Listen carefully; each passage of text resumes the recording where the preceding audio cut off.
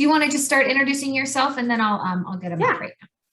Hi, everyone. I'm Shannon Shue. I'm a real estate agent and a real estate investor. I made my first real estate investment in 2008, just before the crash. I watched something half its value after only a few months of owning it. And I live in Los Angeles. I actually own 10 units now. I have to update this. I have 10 units. And I am in the process of doing a 1031 exchange, and I'm buying my first commercial property in self-storage. I love Vietnamese spring rolls, and I really love the opportunity, and the vision for the world is to really connect through vulnerability. So that's a little bit about me.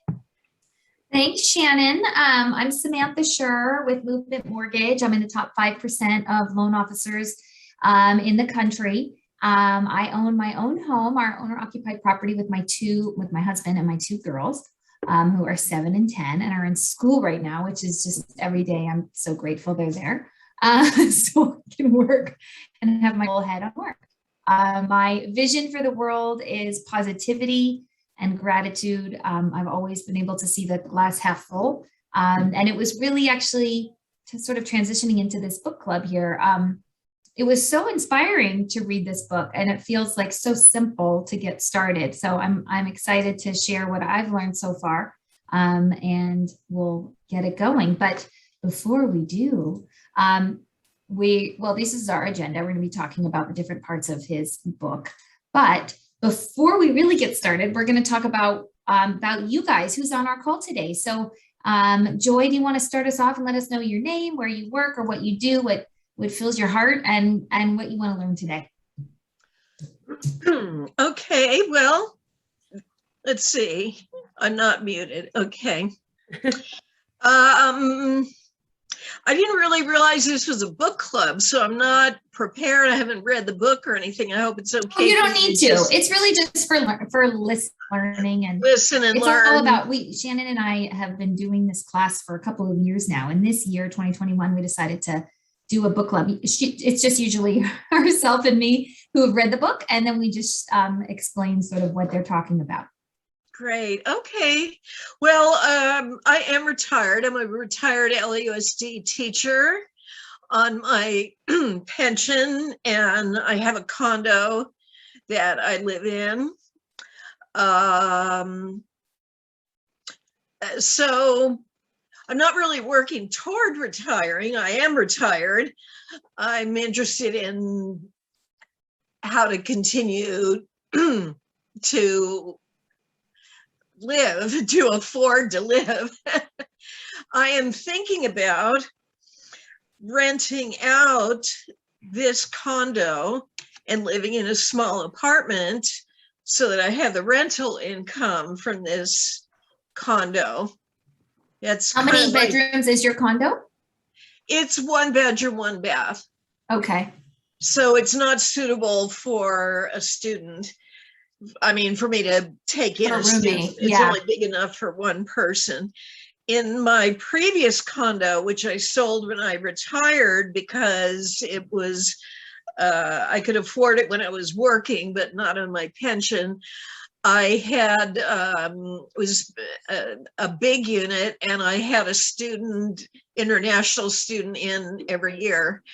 And over the years, I had 15 international students, 1 at a time. It was a wonderful experience.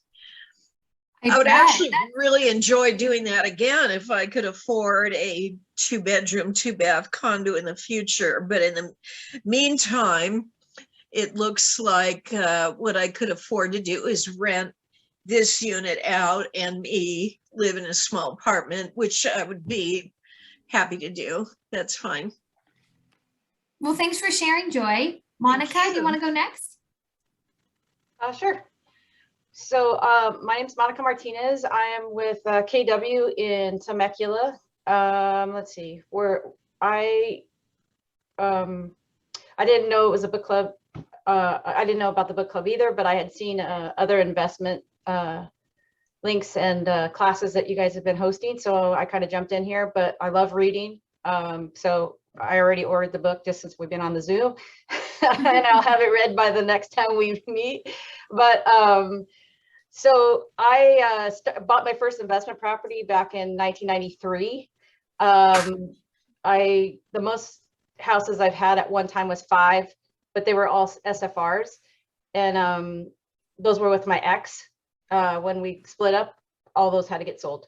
So now I'm looking at starting again with investing while I'm also a real estate agent here in the area. That's great. Fantastic. Yeah, thanks, Monica. And I'm glad you got the book already. We'll go book club later. Thanks to Amazon. I'm sure it'll be here in like 10 minutes. Yeah, it's like my kids, whenever I order anything. Is it here yet? I was like, Yeah, I just, yeah. this takes a day. I need to be buying Amazon stock is what I need to be buying. Right. Neil, thanks for joining us again. Do you want to introduce yourself to everyone?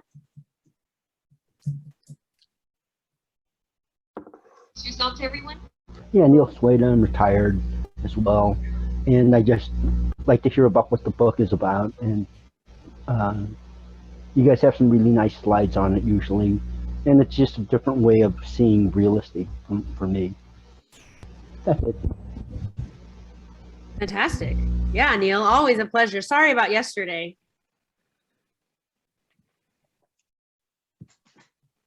All right. All right. I don't know what happened, Shannon, but hopefully it's okay. Oh, don't worry about it. Oh, we usually have a third Thursday and Neil was ready. And I'm like, oh, sorry, Neil, you switched it to Friday. Yes, sorry. Yeah. Yesterday we had a Jewish holiday, so I had to, I could not be there. Anyways, so we always have this slide in our presentation, Shannon, and I decided to continue to include it because it really touches on all of the different parts of what our author, Chad Carson, touches on in his book.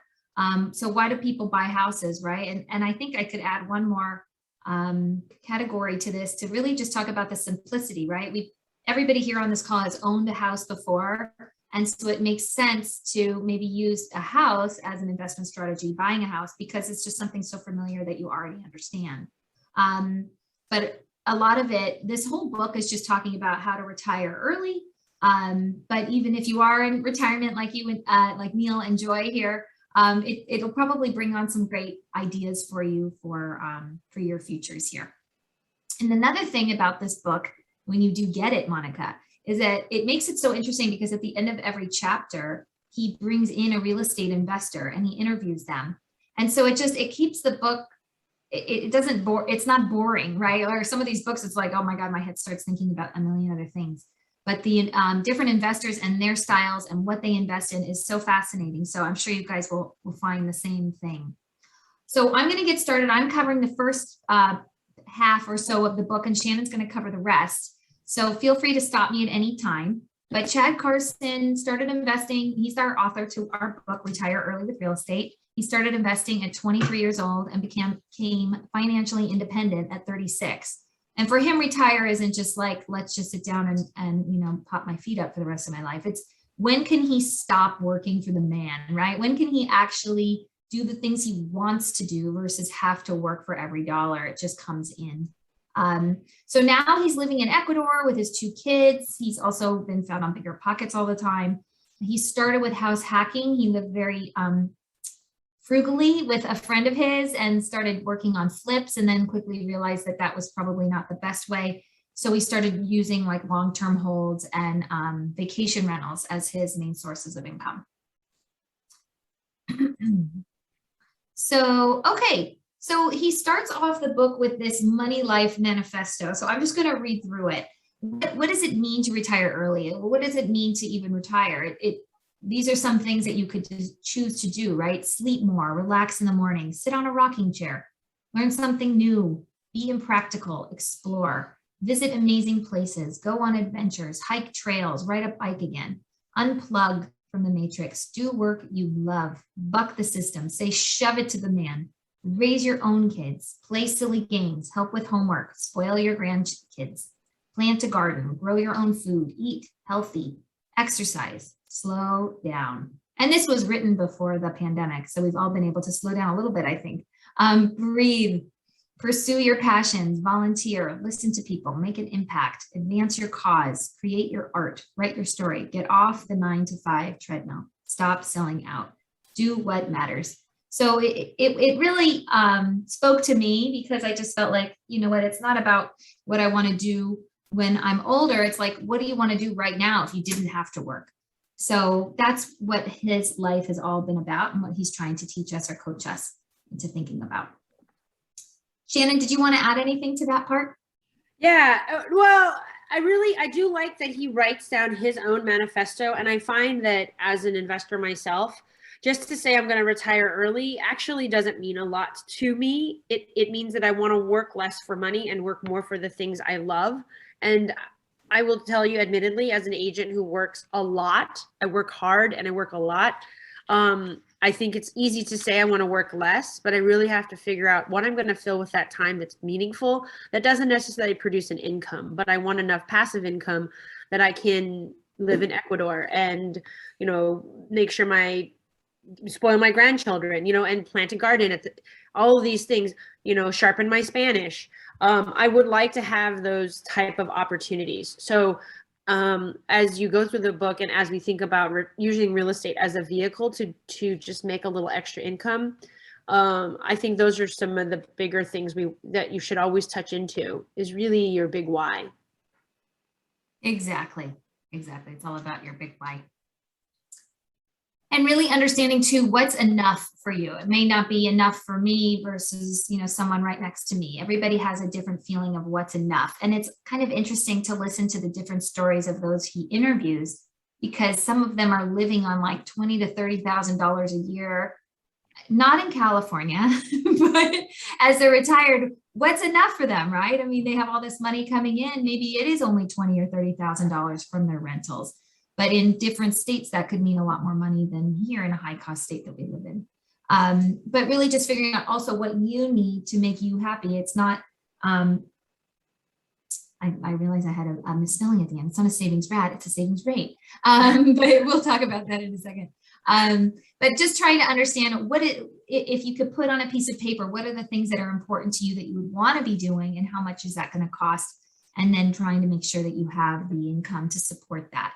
And then one day, he said something like this, but I couldn't find the exact quote again, but maybe Shannon will remember. One day of a decision is worth 100 days of thinking about it. So it's like, you might as well just go out and go buy that house, because then you start to reap all the benefits right away versus just contemplating it and years go by and all of a sudden you're in the same spot that you were in. And so I thought that really resonated with me. And then he also talked about the savings rate, which we'll have here on the next slide. I found this graph that talks about a little bit what he said. So it's about how much you were to save and how many years you need to work until you retire. So if you save 10%, and on average in the US, we're only saving, I think, like 5 to 10% of our income, you'll need to work 51 years. In other countries, in the UK, they have a negative savings rate. So they'll always be working. But for people who can really hone down their expenses and save a ton of money like he did, and you're saving, let's say on the other side, 70% of your income, which seems crazy to me, you only need to work 9 years and then you can retire. So at 29, right, you can just be retired. But anyways, it's kind of interesting to see how the different rates or percentages of savings can affect the amount of years you would need to work. I personally, wait, before you switch slides, Samantha. So this is like, my goal is to retire at 50. And in order to retire at 50, at the moment I decided 50 was the number of years, I have to save, just between 50 and 60% of my income. And I need to put that into saving places to save that actually give a return so that I can have a retirement, because a savings account nowadays gives nothing. So I think that's very aggressive, but I also made the decision later. Like Chad was already retired at 36. So 50 to 60% of my income would leave me about 15 years until I can retire. And I'm about 6 years into the plan, and I should be able to hit the goal by 50. So yeah, I will say that It is totally doable and possible, but the level of focus, I think, is really key at the beginning, and then making a lot of early sacrifices, which I think you're about to roll into. So Yeah, rolling. we'll just keep it rolling. Living on less than you earn, obviously very, it seems like something that everybody would understand, but for him, it's really reducing all of the expenses, right? Take a bike to work, then you'll be healthier, and then you might not need such expensive insurance, right? The biggest expenses are the ones that we should try to hone down. So the housing expense and your car.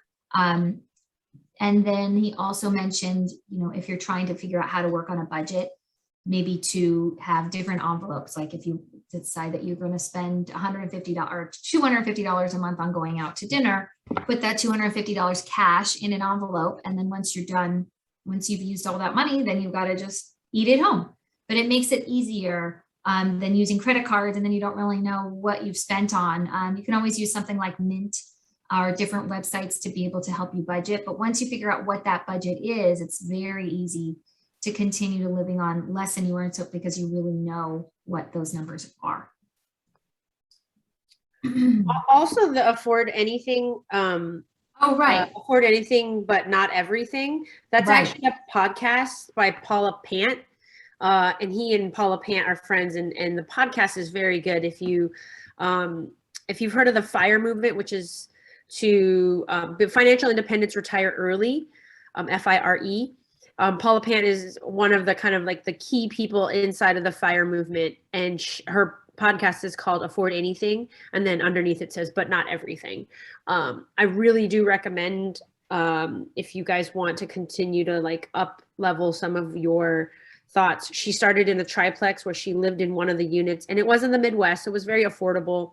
Then she went backpacking for a couple of years and rented her unit out and cash flowed and lived off of that amount of her cash flow. And she was like late 20s when she made that purchase at the triplex. She hadn't been married yet. She didn't have kids.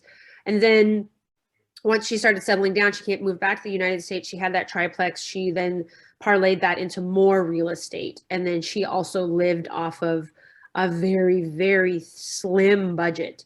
So I think she's a good example of someone who has lived on less. And so, oh, this is interesting, Samantha. What's Oh, this? sorry. I was getting hold on, let me get back to it. I was getting like a warning, like, so this is going to expire. Okay, sorry, clicked off of that. Here we go to the next slide. The first steps of investing. Yeah, so what I did is there was so much content when he starts to go into the strategies to get into investing, but he breaks it up nicely into about 4 main categories. There's the first step to investing.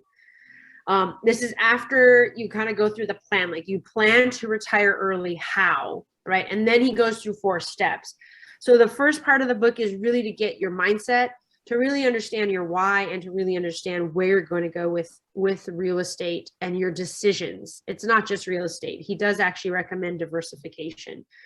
The first step to investing, and you'll hear this a lot if you listen to any investors, from Bigger Pockets being some of the largest speakers on this strategy, to a lot of the old school and new school real estate gurus.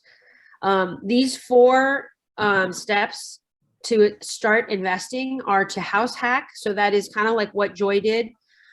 You purchased your condo, then you rented out the additional space, the additional bedrooms, to like an international student or people that you would have as like short-term roommates, maybe even long-term roommates sometimes. Long-term meaning more than 2 or 3 years. I think that becomes a roommate that's a little more long-term. If you think about how frequently we moved when we were renting, we don't move as frequently when we own something. So that's house hacking. And if you purchased a duplex, you would rent out the other unit and rent the additional bedrooms you have in your own unit. Then there's the live in, then rent plan. So what you do is you buy a property, you live in it, and then you don't sell it. You save up aggressively. And sometimes you house hack at the beginning, but you save up aggressively for another property, and you keep that one, you rent it, and then you purchase your next property. So each time, and Neil, you and I have talked about this. I know you bought something and then you held it, then you bought something else. You didn't have to sell it. You didn't need that equity in order to buy that next property. So That's another way. And these are all just starter ways, right? Many, like I think all three, Joy, Monica, and Neil, you guys are all past the starter plan. But there's no, there's no harm in kind of considering if you were to go back to do any of these things and consider doing that again in where you are in your life. Not all of it will fit, but that's, that's totally fine. Then there's the live and flip. The live and flip will give you an opportunity to buy a property that needs work and live in it while you fix it. And then after you fix it, you can house hack, which is one of the steps here, or you can rent it and move out of it, buy something else.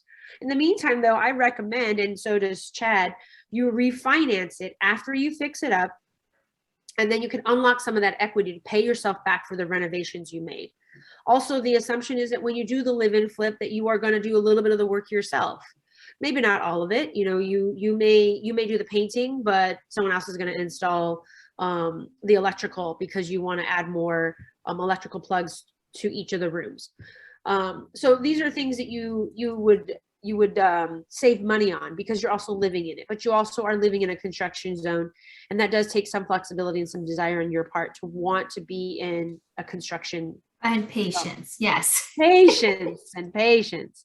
Yeah, for 3 to 6 months. Hopefully it won't take more than 3 to 6 months. Anything that's livable from day one, it shouldn't be more than 3 to 6 months of renovating. Especially if you do some of the work yourself and then you have to hire people. The last is the BRRRR plan, right? And when you BRRRR, you're going to buy, you're going to rehab it, you're going to or renovate it, then you're going to refinance it, rent it out, and then repeat the process. This is how you can also accelerate your cash flow and accelerate ownership, because each time you refinance it, you would unlock some of that cash that you put in, and you take that and you go buy the next one, and then you BRRRR the next property, and you BRRRR the next property. I have just recently BRRRRed something here in Los Angeles. I added an ADU to it. So I talked about that in the last workshop. And I will admit to all of you, I have done all 4 of these plans at one point in my life. I house hacked when I bought my first place. I lived in it, and then I rented it after 11 years living in it. But while I was living there, I Airbnb'd the additional bedroom. Then when I wasn't Airbnb'ing it, I rented it to a roommate. I flipped it. I lived and flipped it when I first bought it. That took a really long time. It took me 6 months. I learned a lot about construction. I learned a lot about what I can and cannot do in a short period of time, because I had a full-time job. I'm only one person. I don't actually know construction, but I know how to use YouTube, and I know how to pause it when I say, wait, I don't understand. How do I do that again? Rewind and look at it again. But either way, like, it taught me a lot. Like, it was my own little container and aggregate for learning how to flip and learning how to do things. I will admit to you now, when I buy a piece of property, I don't want to do much of the work. I'm admittedly at the point now where I don't want to lift the hammer. But it means also, I know when someone's doing a bad job. I'm like, oh, that wasn't taped right. I need you to retape the drywall. That doesn't look, did you even use tape? What kind of tape did you use? Right. So I know what I'm looking for. So keep that in mind. And then we can go to the next slide, Samantha. You got it. So, okay, now we're going from step 1, where you kind of start with your first piece of property, and then we want to accelerate. So acceleration, or what you do is you want to acquire another piece of property. And you kind of trailed off into BRRRR. That is, like, you can BRRRR one time, or you can BRRRR multiple times. Now we're going to go into additional ways to take what you've own and accelerate the process. So the first way is, and you don't have to do all of them. It's not actually 1, 2, 3, 4, just so you know, there are actually four different ways to do it. And you can do them all at the same time. You can do 1, or you can just do 2, just so you know, it's not a step-by-step. In this stage, though, the rental debt snowball plan is to pay down your mortgage faster than the 30-year fixed amortized schedule you probably got when you bought it. the easiest way, and you'll hear this a lot from many people in real estate when they want to pay it down faster, is minimally just have one additional payment that you make per year, and it will shave, is it 5.4 years off the loan? Uh-oh, Samantha. Roughly, yeah. I've heard up to 7. I think it depends on the loan size. But I think that everybody, I just heard the other day, someone said that every December, they just remember every December, they just make one more payment. And if they can, they'll do 2. And it really makes a difference to pay that loan off sooner. I just heard a thing yesterday about just take one payment, divide it by 12, and then add that to your monthly payment. Yeah. Yes. And then it's not maybe so burdensome. Yeah. Exactly. And the other way that I But hear you a lot want to of make people- sure, Monica, that it doesn't pay down your interest. You want that to be like there's a way on the website that you can put it towards principal. Yeah. That's what I usually do. Yeah. Yeah. And the other way I've heard is instead of paying monthly, like on the 1st or the 15th for your mortgage, you pay every 2 weeks. Because when you split 52 weeks divided by 2, it's 26 payments, right? And so every 2 weeks you do half your payment, which means by the end of the year, you've made one additional whole payment. It's just that you have to kind of calculate it properly and tell the bank all the extra goes towards principal. So yeah, the rental debt snowball plan, even at one additional payment per year, no matter how you spread it, will shave off almost 20% of your whole loan amount by the 30 years that you're done. That means that you'll be retiring on all of that cash flow from that property at the end, right? Of course, the more you pay, the more you'll have less burden at the end. The buy and hold. So I'm in the buy and hold phase a lot right now. Buy properties, preferably multi-units, hold them for appreciation, raise the rent as you hold it longer, and pay down the mortgage quicker if you can with the rental debt snowball plan. And then you have the trade up. So where you compound wealth tax free, and that's using a 1031 exchange. I'm in a 1031 exchange right now. It's my first 1031 exchange. I'm selling a piece of rental property for $700,000. It was actually paid off. So all of $700,000 minus fees leaves me that amount, let's say about $650,000. And I'm now buying self-storage, right? I'm going into commercial. So, and this could be something too, Shannon, or for Joy, like if you ended up moving out and you rent your place out for 2 years, then it's considered an investment property. And then instead, I don't know what sort of capital gains you might have on the house, but if you have more than $250,000, if you're unmarried, then you could then move those capital gains and not pay the taxes on them by doing this 1031. So then you could buy now a different investment property. Maybe instead you go buy commercial that has better cash flow, or it's just something to consider if you do move out and you rent this place, to try to avoid paying those taxes as long as you can by doing a 1031.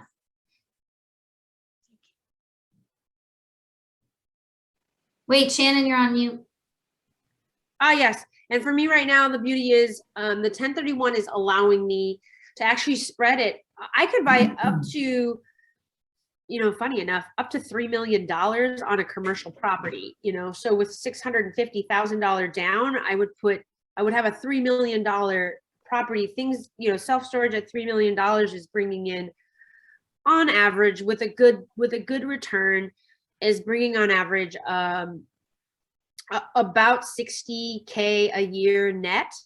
Once the fees are paid, once the loan is paid, a sad one would be maybe 30,000. I'm like, well, that honestly, I should have just kept the thing that I had here renting because I was making 25,000, right? To go through all that work to exchange it and do all this work to be making equal what I made before. Maybe in the long run, it'll appreciate more, but it's also more work to buy into new categories, to buy into new asset classes. You put yourself in a position to take on more work. Don't let anyone convince you that mobile home parks, because it's a hot topic. Self-storage, hot topic. And then one that I actually getting really excited about, but it's not such a hot topic, but probably will be in the next few years, is campgrounds. But because I like to camp. And it's actually another asset class that I'm interested in, because I used to do hospitality with Airbnb. I'm familiar with how the hospitality business actually gives you a much better return, just requires a lot more operational participation. I don't have time for that since I'm trying to keep my real estate business running smoothly. So trade up. And then how to choose the right wealth plan for you. This is something where I don't like to overwhelm people, and I want you to think realistically how many properties you actually need to get to your financial freedom number, because you're just wanting to make sure you get to, like Samantha said, and there are multiple people in the book as examples that only want about 20 to 30,000 when they retire that they will live on. They're not living extravagant lives on 20 to 30,000, but everything is paid for. And I have some friends in here actually that were featured, Tracy and Doug Burke. They're in the last chapter, and they want about 100,000 for them to retire to. And they are in Asheville, North Carolina, which is considered the Austin of Texas, meaning it's the one very liberal area in a very red state. And they, just like gangbusters, they buy property, they put an ADU, they'll subdivide lots that are really large. Then they'll put two on, they'll build a second home, and then they'll build ADUs on each. I mean, they have snowballed their size of what they have, and they have about 80 units now. They had 50 as their goal when the book was published. But it's because I know them, and I know that they've since sold a lot off because the market's very good right now. So you don't have to aspire to 80 or even 50. You know, maybe it's just 5, maybe it's just 3. Maybe it's just 2, and that's exactly what you need, because in this market we have a lot of opportunity. So yeah. Next. Another thing to consider too, Joy, I don't know if Neil knows about this too, but there's a what's it called now? It's not Prop 6090, it's like Prop 55. Is that what it's called? Where if you're 55 or older, you can transfer your property tax, what you're currently paying, to a new house. I don't know if you did that when you bought this one, Joy. Yeah. You did. Okay, good. Yeah, so then you can keep that tax rate, but you can only do it one time. So you did. Okay, good. Doesn't that have to be? So then you can keep that tax rate, but you can only do it one time. Isn't that? No. It has to be of equal or higher value, or lower value, though, doesn't it? I thought. I don't know. Shannon, do you know? I know someone who would know the answer. I don't have the answer. So it has to be a single family for single family. Like it can't be a duplex for you're not supposed to use it to kind of like up level. Value wise, I was under the impression that actually it can be more, but then you have to get reassessed on the difference. But Neil, like they Prop 6090 has changed. Every time we've had a ballot measure, Prop 6090 gets something either ground back into it or stripped back out of it. It's such a hot topic because so many people want to tap their equity and move somewhere else in California. And I think lawmakers are there's a lot of like, oh, is this, good or bad? Are we helping or hurting? We can't tell. I think that there's a lot of confusion. So yeah. Okay. I'll keep going. Next one. Yeah, this is so yeah. Okay. Oh yeah, sorry, Neil. What were you saying? There's a little delay.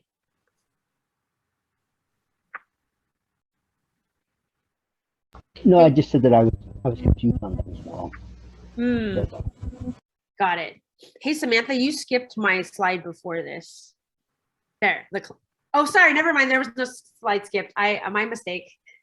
Pardon me. I promise I am a good slide, mover. Okay. Okay. No worries. There's the peak and beyond. So strategies to withdraw. So once you like start your portfolio, you're really in this great position. When do you start drawing on it? And I think that's one thing that's not talked a lot about in Bigger Pockets, in the blogs, because I think that a lot of people assume that you're helping people get started, you're helping people build their portfolio. Well, once you build it to your goal, because you self-describe that goal, when do you start taking money out? And that's where I feel like this is the big missing piece that I see in a lot of real estate conversations now. And so I want to let you guys know, if there's any conversation that's really important, is like, when do you start to draw on it?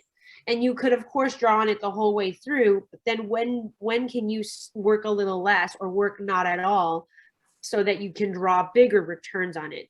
So Chad talks about early retirement plans that last. So he has this 4% rule about traditional retirement planning. Once you get to the point where you're going to draw on your money, usually at 59 and a half or older, then you should not draw more than 4% of the value, because it has, quote, grown that whole time you were working, and then you can draw 4% on it.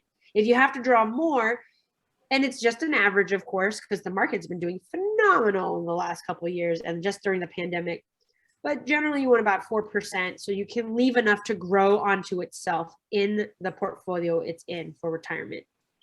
Of course, you never want to touch the principal. 4% should be less than how much you've gained. On an average index fund with 7% on the market, if you're drawing 4% annually, then you still leave enough left that there's something that it's growing on. So again, you can see that's why he came up with the 4% rule. But he's parlaying something that's kind of used in Wall Street and retirement advice. I think generally 4% is the rule. And then build an income floor, then invest for the upside. So that means create a base cash flow amount from your real estate properties. You should be able to have a base amount that you are getting in return from your income properties. And that's your base. That's what you can live on while you are getting ready to retire early. So that's before you hit 59 and a half. And then anything that you can get above that. So let's say your goal is to make $4,000 passively cash flow per month. Anything above that, you then can build for upside investments, like other things you can save for. But let's say you just get to 4,000 and you're happy. You're like, I don't want to work so hard. I don't want to work so much on the real estate strategizing. I'm happy with my 4 properties I have, making 1,000 extra for me each month. Great. We can just slow it down. And then you have now your income floor has been met. Your 4,000 a month has been met. You don't have to work for that. And it's great if you're doing that while you're actually still working, because then the working money is paying your everyday bills and you're saving a little, but that 4,000 per month you can now invest. The role of retirement accounts. So he talks a lot about retirement accounts, whether it's 401ks and IRAs and Roths and SEPs, anything out there in the marketplace that you will use as a vehicle. So not real estate, right? He of course looks at it as an integration, but again, pre-60 and post-60, he thinks that there's a really big distinguishing line between before you're 60 years old and then after you're 60, because that's the 59 and a half time when you can start withdrawing on things. Before you're 60, you can, if you want to retire early, let's say at 45 or 50, like for me, between 50 and 60, I'm not going to draw on any of my retirement accounts. I need to live on something. I could continue to work, but then now I've missed the whole point of retiring early. Between 50 and 60, he asks that you probably need to live off your cash flow from your real estate and any withdrawals from non-retirement investment accounts. So like your index funds, right? Things that you can put into the marketplace, you can live off of what you've gained before you were 50. Same with drawing on the cash flow from your rentals. That's stuff that you will live on, and it has to meet your need. That's when you know you've retired early. Post 60, now you can draw on your retirement accounts tax-free or with less tax penalties. You also are at a lower income bracket, so you won't be taxed as heavily. And then that plus the cash flow and the non-retirement accounts should give you a little more. Hopefully that little bump will be for you to do anything you might like, make sure you get to go on vacations with your grandkids, or maybe it's time to upsize your car. These are other expenses if you can't budget them into your everyday, that these are things you need to kind of plan for. So that's when to start withdrawing. And that's exciting for, I think, everyone to think about, is to make sure you're withdrawing something for your retirement. Okay, last but not least, so the latter part of this book is really, really good. And I struggled with how to cram it all in here and stay within, we try to keep this about 40 minutes so we have time to chat and ask questions before and after. So here's the best I could do. I took this particular section of the last part, but each of these steps really could be broken out into like at least like a 10-minute explanation for each, but then that's really like a whole other workshop. Number one is to be sure you have a very clear why. Why do you want to retire early? And then what are you doing? Because that does matter. Otherwise, you're just doing this for the sake of because other people say you should. And that's probably not going to keep you motivated.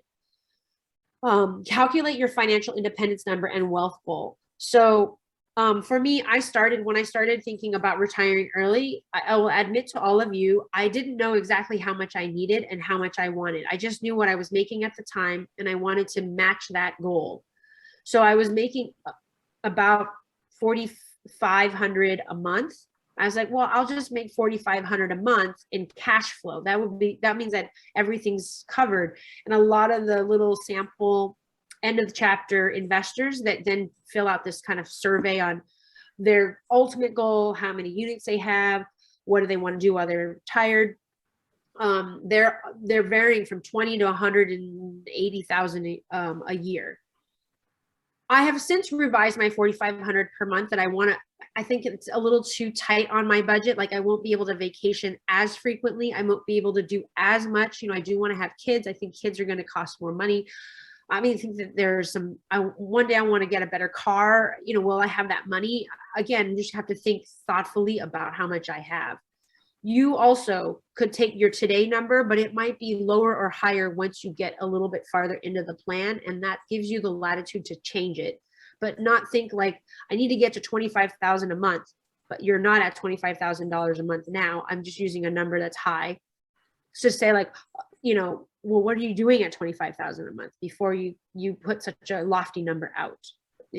So number 3 is determine your wealth stage. So where you are today, it's very clear that he wants to speak to kind of all spectrums of where we start real estate investing, where we are in our life and what we're making and where we want to get to.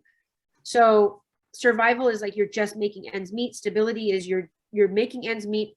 You have some stability, but you're not quite saving very much. Then you get to the plan part of your life where you begin to save and you're able to save money. Then you're able to save enough for that money is starting to grow more rapidly. So it's really compounding. And then you get to the point where the fun part, where you get to withdraw it and making sure there's enough there. So determine where you kind of are in your wealth stage when you think about this. 4 is pick your real estate wealth building or retirement income plan. So in the previous slide, we kind of talked about ways to start wealth building and then the retirement plans on top of that. And then 5 is to get started, just like Samantha said at the beginning, if we took just one day to execute rather than 100 days to think about it, we'd actually get somewhere a little bit faster. It doesn't mean to be haphazard or hasten things where you're not making wise decisions. It just means that make wise decisions and then just execute and don't continue to look for reasons to like back away and look for reasons to say like, forget it, the market's not good. But you have the money, right? I always say when you have the money, make wise decisions with it, but don't continue to talk yourself out of it. And that's it. And that's it. You guys have all purchased homes before. I wasn't sure who was going to be joining us today. So if you needed to get pre-approved, I'm more than happy to help so that you can figure out where, how you can leverage your investment and not use all of your cash to buy a house. So as we close up the call today, we're going to go around the room again, and we'd love for you to share with us one thing that you learned. So Joy, I'm going to call on you today first again.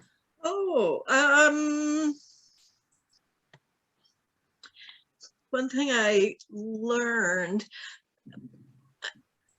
I think I may have known all of this information before, but it's helpful to me to just hear it again and have it all compact in one place.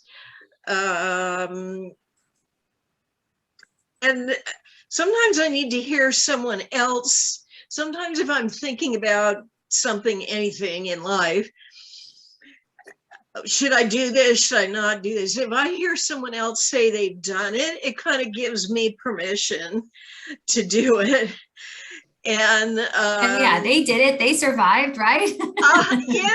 yeah. So one thing that stuck with me, I haven't owned a house yet, but in the future, when I own a house, I hope, one thing that stuck with me was Shannon said she put an ADU on it. And I thought that would be great, because then that could be Airbnb without somebody having access to my house. I'd be a little more comfortable with somebody not coming into my house if they are Airbnb, because I've had no way to vet them, or anything.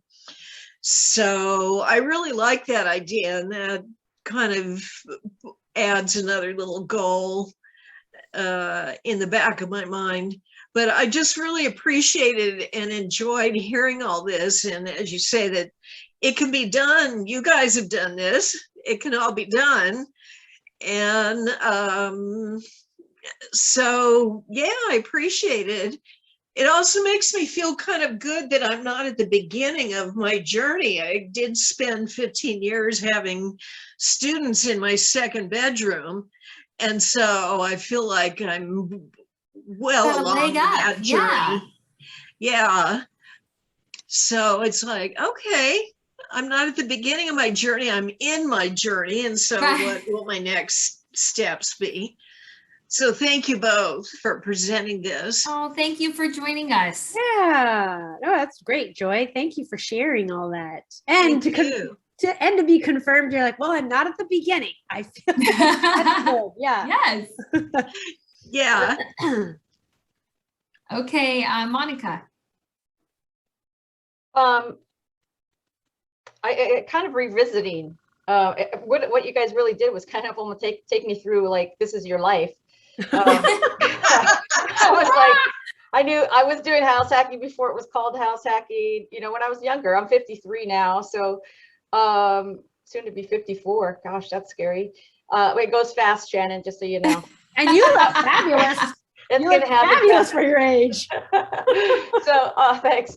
So yeah, so initially, without knowing what I was doing, I did buy houses, and I had roommates, and I had all of that stuff. Now, being older, my wife and I don't want somebody living in our house, kind of what Joy was saying. Like, if I did it, I would do an ADU, or I would do even an ADU in my third car garage. I've considered, just because I'm in the process of paying off my house and I'm getting very close. So I'm just contemplating, like, buying investment properties, but I want to have a paid off home before I do that, or maybe at the same time, I don't know.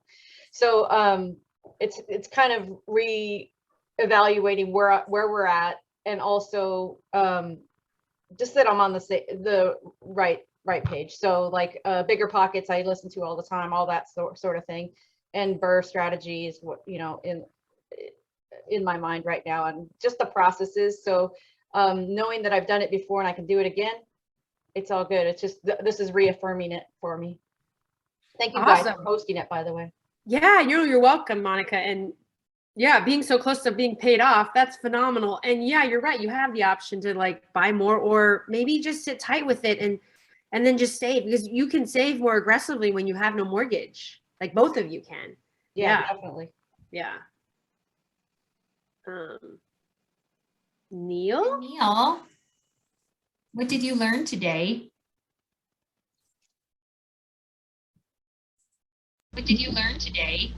Well, I learned about possible investment in RV parks now that Shannon mentioned it.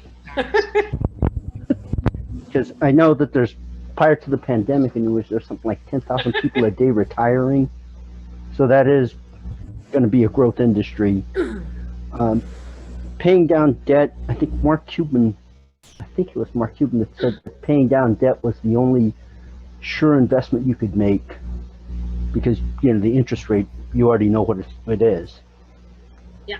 And I don't know if anybody's talked to you about this, Shannon, but Yeah. Social Security, after I think your full retirement age, I'm not sure if that, I think for you it's probably going to be 67, but if you can postpone it until 70 and a half, it's 8% more each year. Yeah. Which, the 24% probably for you. With respect to childcare, in '08, they calculated it to be somewhere around 250,000 to 450,000 per child from years 1 through 18. So that's I guess that's your present or your future value that you'd be looking at. Yeah. And when you guys are talking about these other houses, Yeah. as far as ADUs, there's a house I'm going to send you from Redfin. It doesn't have a garage because they've converted that into the ADU. Could you give me an assessment of what you think about it, Shannon? Absolutely. Yeah. I'd be happy to. Absolutely. Okay. I'd be happy to.